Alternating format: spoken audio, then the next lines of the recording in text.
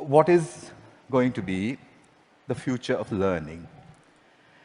I do have a plan, but in order for me to tell you what that plan is, I need to tell you a little story which kind of sets the stage. I tried to look at where did the kind of learning we do in schools, where did it come from? And you can look far back into the past, but if you look at present-day schooling the way it is, it's quite easy to figure out where it came from. It came from about 300 years ago. And it came from the last and the biggest of the empires on this planet. Imagine trying to run the show, trying to run the entire planet without computers, without telephones, with data handwritten on pieces of paper and traveling by ships. But the Victorians actually did it. What they did was amazing. They created a global computer made up of people. It's still with us today. It's called the bureaucratic administrative machine. In order to have that machine running, you need lots and lots of people. They made another machine to produce those people, the school.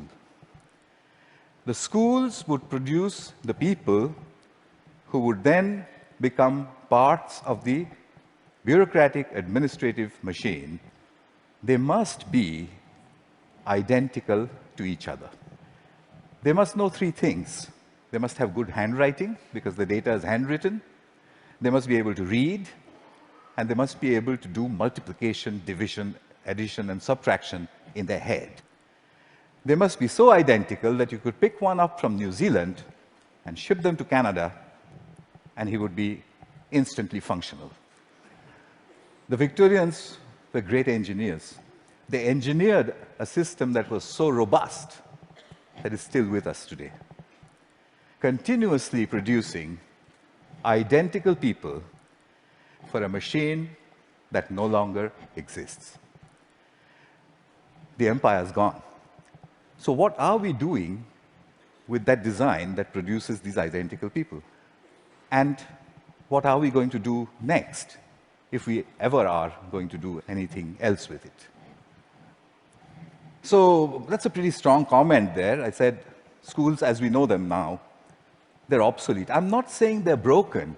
It's quite fashionable to say that the education system is broken. It's not broken. It's wonderfully constructed. It's just that we don't need it anymore. It's outdated. What's the kind of jobs that we have today? Well, the clerks are the computers. They're there in thousands in every office. And you have people who guide those computers to do their clerical jobs.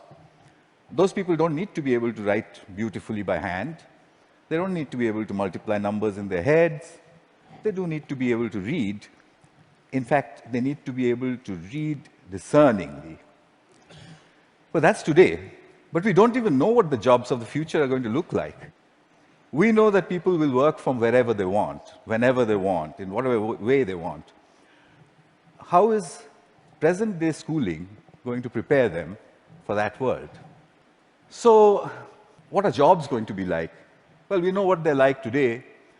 What's learning going to be like? We know what it's like today, children poring over with their mobile phones on the one hand, and then reluctantly going to school to pick up their books with the other hand. What will it be tomorrow? Could it be that we don't need to go to school at all? Could it be that at the point in time when you need to know something, you can find out in 2 minutes? Could it be a devastating question, a question that was framed for me by Nicholas Negroponte? Could it be that we are heading towards, or maybe in, a future when knowing is obsolete? But that's terrible. We are Homo sapiens. Knowing, that's what distinguishes us from the apes. But look at it this way. It took nature 100 million years to make the ape stand up and become Homo sapiens. It took us only 10,000 to make knowing obsolete. What an achievement that is. But we have to integrate that into our own future. Encouragement seems to be the key. There is evidence from neuroscience. The reptilian part of our brain, which sits in the center of our brain, when it's threatened, it shuts down everything else. It shuts down the prefrontal cortex, the parts which learn. It shuts all of that down. Punishment and examinations are seen as threats. We take our children, we make them shut their brains down, and then we say, perform. Why did they create a system like that? Because it was needed. There was an age in the age of empires when you needed those people who can survive under threat. When you're standing in a trench all alone, if you could have survived, you're okay, you passed. If you didn't, you failed. But the age of empires is gone. What happens to creativity in our age? We need to shift that balance back from threat to pleasure. So what's happening here? I think what we need to look at is we need to look at learning as the product of educational self-organization. If you allow the educational process to self-organize, then learning emerges. It's not about making learning happen, it's about letting it happen. The teacher sets the process in motion, and then she stands back in awe and watches as learning happens. I think that's what all this is pointing at. But how will we know? How will we come to know? Well, I intend to build these self-organized learning environments. They are basically broadband, collaboration, and encouragement put together. I've tried this in many, many schools. That's being tried all over the world, and teachers sort of stand back and say, it just happens by itself? And I said, yeah, it happens by itself. How did you know that? And I said, you won't believe the children who told me and where they're from. A decade ahead of a time. So souls, I think we need a curriculum of big questions. You already heard about that. You know what that means. There was a time when Stone Age men and women used to sit and look up at the sky and say, what are those twinkling lights? They built the first curriculum. But we've lost sight of that wondrous questions. We've brought it down to the tangent of an angle. But that's not sexy enough. The way you would put it to a 9-year-old is to say, if a meteorite was coming to hit the Earth, how would you figure out if it was going to or not? And if he says, well, what? How? You say there's a magic word. It's called the tangent of an angle. And leave him alone. He'll figure it out. So, what's my wish? My wish is that we design the future of learning. We don't want to be spare parts for a great human computer, do we? So we need to design a future for learning.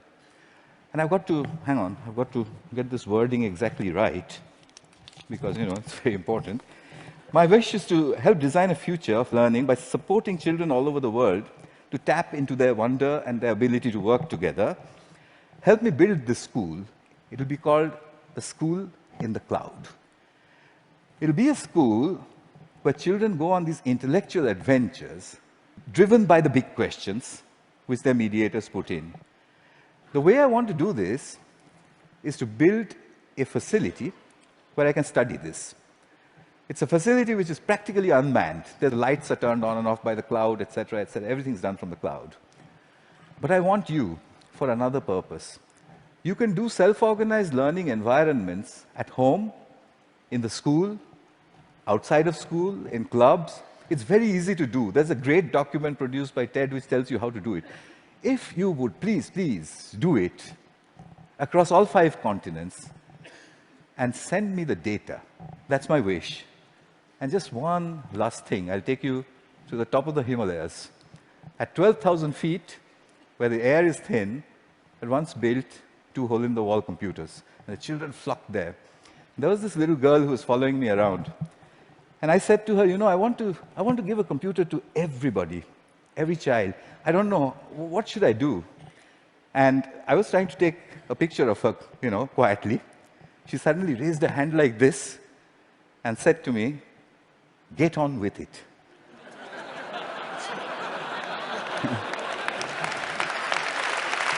I think it was good advice. I'll follow her advice. I'll stop talking. Thank you. Thank you very much.